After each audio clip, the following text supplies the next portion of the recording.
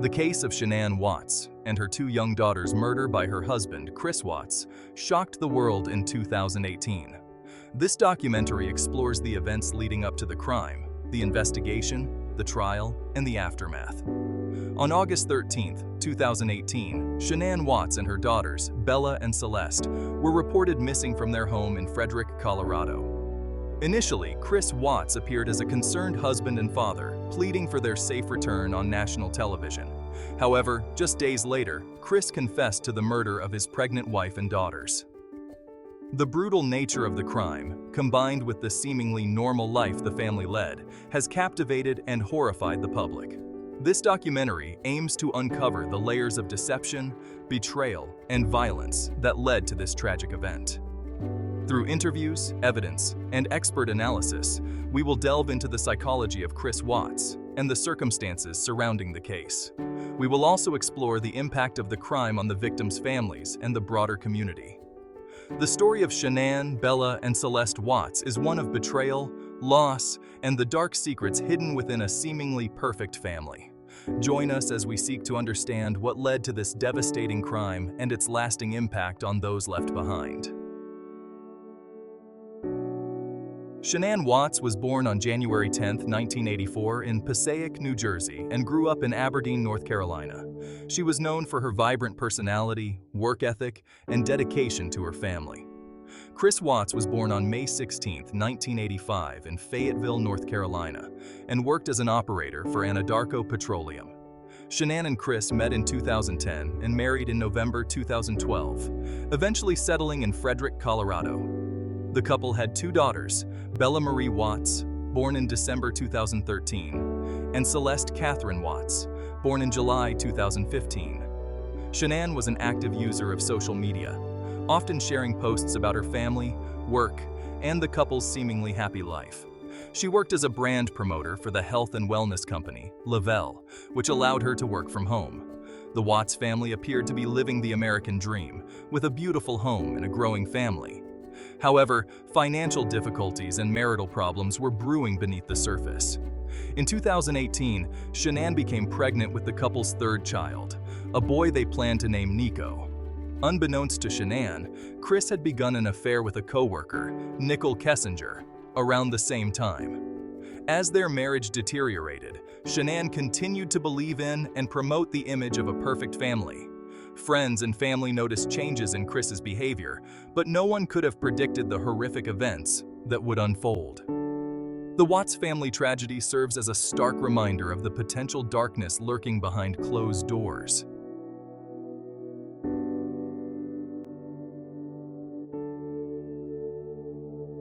A devoted mother, Shanann was passionate about her family and her work.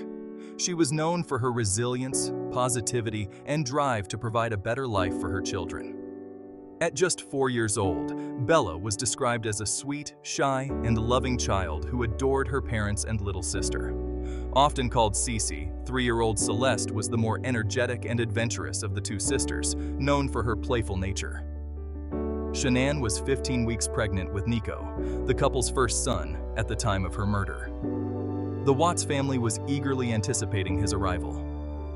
Shanann was deeply invested in her children's lives, ensuring they had the best opportunities and experiences.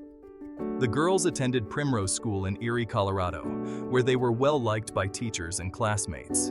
Shanann's social media posts often highlighted her love and pride for Bella and Celeste, documenting milestones and everyday moments. Bella and Celeste were close, often playing together and sharing a strong bond as sisters. Shanann's pregnancy with Nico was considered a blessing, and she was excited about expanding their family. Shanann's parents, Frank and Sandra Razuchek, were actively involved in their grandchildren's lives and were devastated by the loss. Friends described Shanann as a dedicated mother who always put her children's needs first, often sacrificing her own comfort and happiness. Despite the challenges she faced in her marriage, Shanann remained hopeful and committed to maintaining a stable and loving home for her daughters.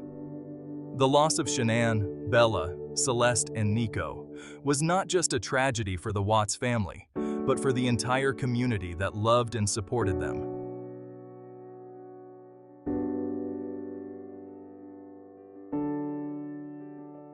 The Watts family home in Frederick, Colorado, was a two-story, five-bedroom house in a quiet suburban neighborhood. On August 13, 2018, Shanann's friend Nicole Atkinson became concerned when Shanann missed a scheduled doctor's appointment and wasn't answering calls or texts. Nicole contacted the Frederick Police Department and requested a welfare check at the Watts home. Officers arrived at the residence and were met by Chris Watts, who allowed them to search the house. Inside, police found Shanann's purse, phone, and keys, along with the girls' car seats, indicating they had not left voluntarily. The beds in the children's rooms were unmade, and Shanann's suitcase was found at the bottom of the stairs, suggesting she had returned home after her business trip. Surveillance footage from a neighbor's security camera showed Chris backing his truck into the garage early in the morning on August 13th, a crucial piece of evidence.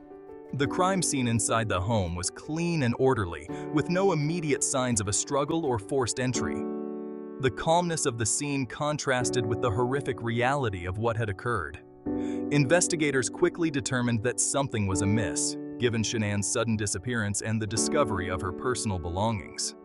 The next day, Chris Watts failed a polygraph test, raising further suspicion about his involvement in the case. Under pressure from investigators, Chris confessed to killing Shanann and revealed the location of the bodies. The bodies of Bella, Celeste, and Shanann were found at an Anadarko petroleum oil site where Chris worked. Shanann was buried in a shallow grave, while Bella and Celeste were found submerged in oil tanks, further complicating the recovery process. The gruesome nature of the crime scene left a lasting impact on the investigators and the community. August 13, 2018, 1:48 a.m. Shanann returns home from a business trip to Arizona. 4 a.m. Chris Watts claims to have had an emotional conversation with Shanann about their marriage. 5:27 a.m. Chris is seen on a neighbor's security camera backing his truck into the garage and loading it with unknown items. 12:10 p.m. Nicole Atkinson, concerned for Shanann's well-being, arrives at the Watts home and contacts the police. 2 p.m. Tosh officers conduct a welfare check at the Watts home. Shanann and the girls are reported missing. 6 p.m. Chris speaks to the media, pleading for the safe return of his family. August 14, 2018.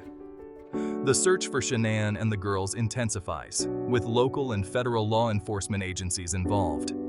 Chris fails a polygraph test administered by the FBI. Chris confesses to killing Shanann and disposing of the bodies at an oil site. August 15, 2018, Chris leads investigators to the location where he buried Shanann and submerged the girls' bodies in oil tanks. Chris is arrested and charged with 3 counts of first-degree murder and other related charges. August 16 to 20, 2018. The bodies of Shanann, Bella, and Celeste are recovered and autopsies are conducted. The community holds vigils and memorials for the victims. August 21, 2018. Chris Watts is formally charged with multiple counts of murder, unlawful termination of a pregnancy, and tampering with a deceased human body. November 6, 2018. Chris pleads guilty to all charges in exchange for a life sentence without the possibility of parole, avoiding the death penalty. November 19, 2018. Chris is sentenced to 5 life terms in prison without the possibility of parole, plus 84 years for additional charges. February 18, 2019. Chris provides a detailed account of the murders in a prison interview, revealing disturbing new details about the crime.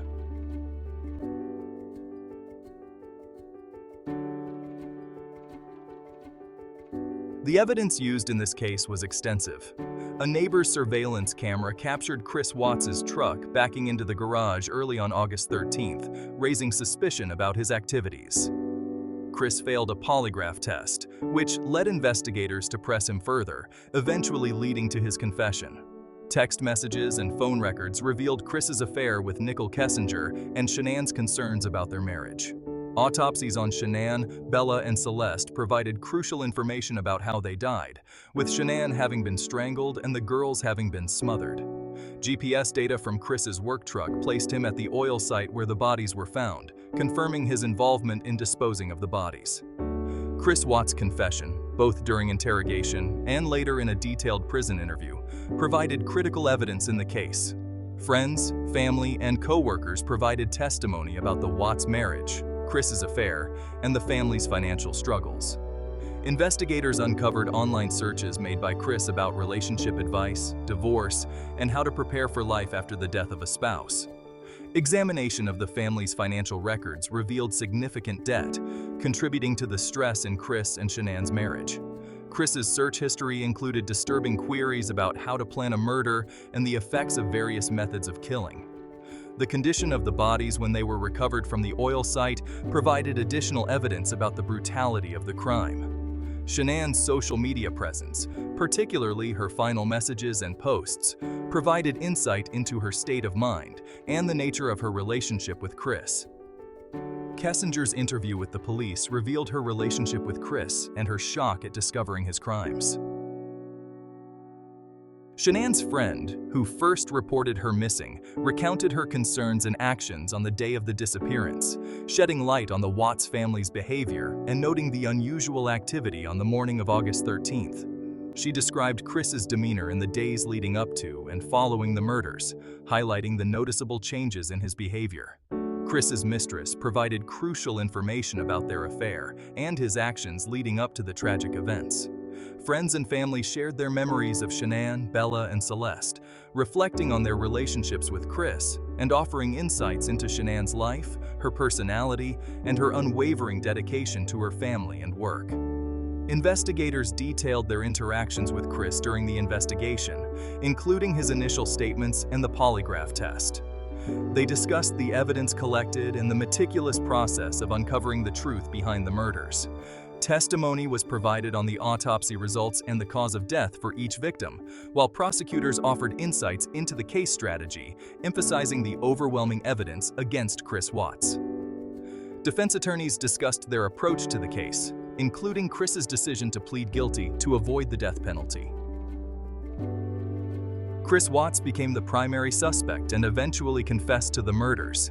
He appeared to be a normal husband and father, but harbored dark secrets that hinted at various possible motives. His affair with Nicole Kessinger played a significant role, as Chris wanted to start a new life without the burden of his family. The Watts family was also under considerable financial pressure, with mounting debt and a recent bankruptcy adding to Chris's stress. Feeling trapped in his marriage, Chris saw murder as a way to escape and begin anew. His behavior suggested a disturbing lack of empathy and an alarming capacity for deceit, raising questions about his psychological state.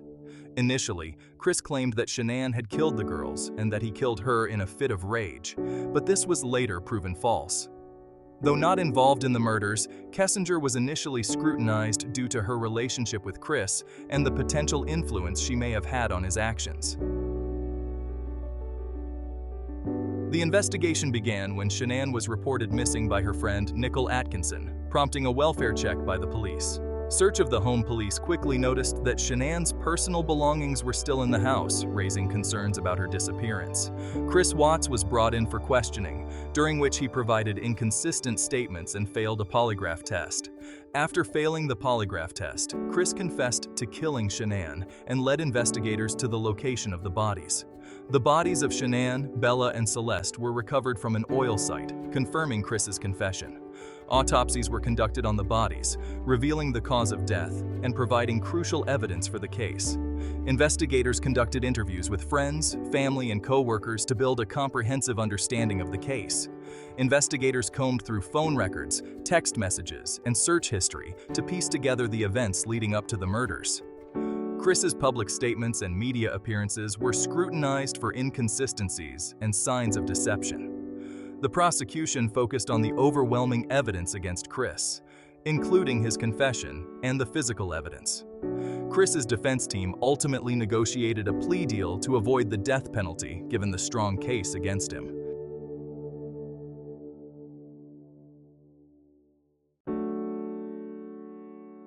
Important considerations during the case included premeditation. The evidence suggested that Chris Watts premeditated the murders, as indicated by his online searches and actions leading up to the crime. Affair. Chris's affair with Nicole Kessinger was a significant factor in his motive, as he sought to start a new life with her. Financial stress. The Watts family's financial difficulties added pressure to an already strained marriage, contributing to Chris's actions. Psychological profile. Chris exhibited traits consistent with psychopathy, including a lack of empathy, deceitfulness, and emotional detachment. False narrative. Chris initially attempted to blame Shanann for the murders, but this was quickly disproven by the evidence. Public deception. Chris's calm demeanor and public pleas for his family's return were part of a calculated attempt to cover up his crimes.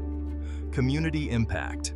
The case had a profound impact on the Frederick community, which rallied in support of the victims' families. Media coverage. The case received extensive media coverage, both due to the shocking nature of the crime and Chris's initial deception. Legal proceedings. The swift legal proceedings, including Chris's guilty plea, were influenced by the overwhelming evidence and public interest. Family's response. Shanann's family expressed their grief and anger during the legal proceedings, emphasizing the loss of their loved ones. Chris Watts was charged with multiple counts of first-degree murder, unlawful termination of a pregnancy, and tampering with a deceased human body. The prosecution presented a strong case, focusing on the evidence of premeditation, the affair, and the brutality of the murders. Chris's defense team negotiated a plea deal to avoid the death penalty, given the strong evidence against him. On November 6, 2018, Chris pleaded guilty to all charges in exchange for life in prison without the possibility of parole. On November 19, 2018, Chris was sentenced to 5 life terms without parole, plus 84 years for additional charges. Shanann's family delivered emotional impact statements during the sentencing, describing the devastation of losing their loved ones. Chris waived his right to appeal as part of the plea deal, ensuring that he would spend the rest of his life in prison. The swift resolution of the case brought some closure to the community, though the pain of the loss remained. The case highlighted the importance of thorough investigations and the use of digital evidence in modern criminal cases.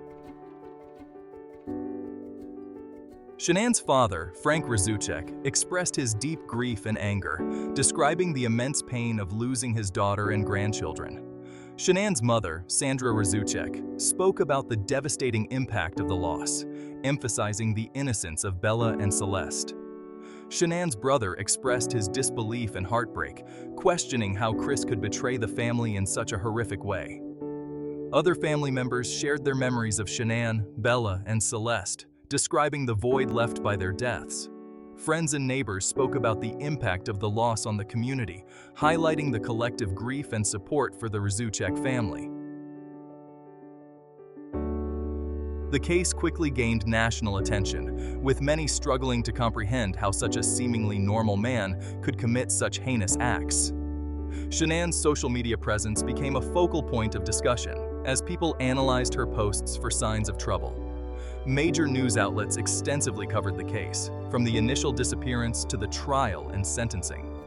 The public reacted with outrage to Chris's actions, particularly after the full details of the murders were revealed. The case has been the subject of multiple documentaries and books, exploring various aspects of the crime and its impact. The Watts case continues to be discussed and analyzed, particularly in true crime communities and forums. Vigils and memorials were held in memory of Shanann, Bella, and Celeste, with widespread participation from the community.